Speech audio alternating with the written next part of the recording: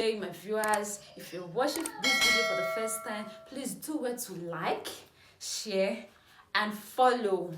Please, follow this page. Follow this page if you want to get, follow this page. Two major things you must give to your wife as a married man: space and place.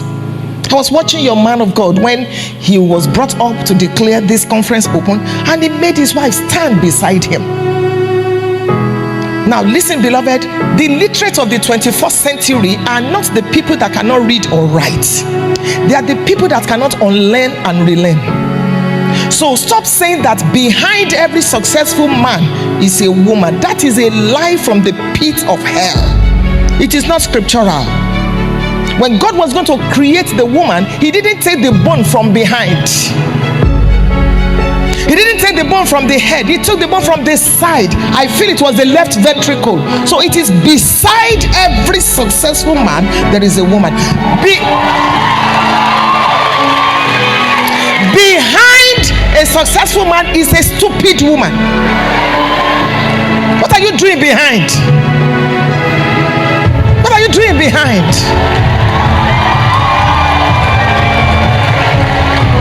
Stand beside the man, fan him to flame, encourage his heart, and the man should do the same for the woman. You brought me here to speak on marriage, so let's hit the ground running.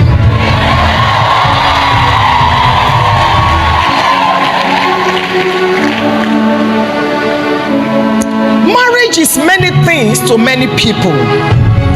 To some people, it is a necessary evil. To some people, it's a formal relationship in which a woman should give birth to children. To some people, it is a servant-master relationship.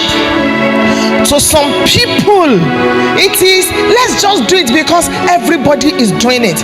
But we are believers and the Bible rules our lives. Marriage is neither African nor Western. Marriage is biblical. Marriage is a gift of God and a gift from God to humanity. In the African culture, the core African culture, there is nothing called marriage. A woman is only sin. That is Eve, and where she sinned and never had.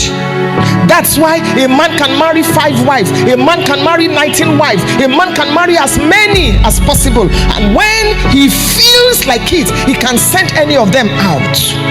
And I'm so sorry to say, it's pathetic that even though some men are born again, tongue-talking, heaven-bound, but they still need deliverance from that aspect of the African culture and mentality where the woman is nothing. And it's a pity that some of them are in ministry. If every time, please come my sister, if every time you and your wife are going and you leave her behind, you need deliverance. You're always in the front and the woman is running to catch up with you. I don't care how anointed you are, you need help. When last did you open the car door for your wife? When last did you wake up in the middle of the night and you woke your wife up to thank her for bearing with you? Who would have married you 15, 20, 25 years ago with all your idiosyncrasies? When last did you wake your wife up in the dead of the night? Not because you want sex, but to just say, I just want to thank you. You made life simple for me. You made ministry easy for me. I know you're not perfect, but I want to bless you today. When last did you leave a check under the pillow for your wife?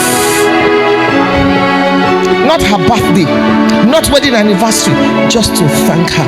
When last did you finish having sex with your wife and you thanked her instead of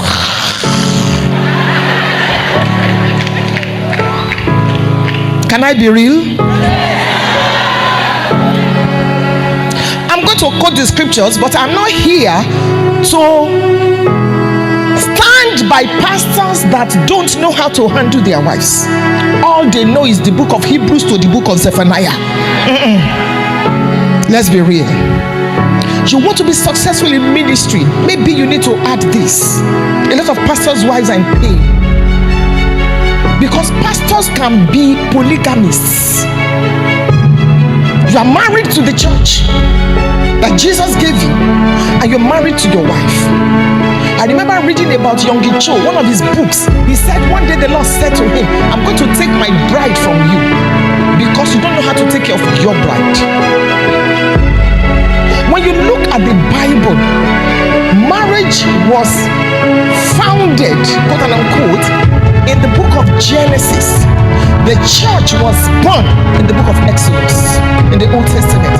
In the New Testament, the church was born when Jesus' body was pierced. But in the Old Testament, marriage preceded the church. Please listen to me.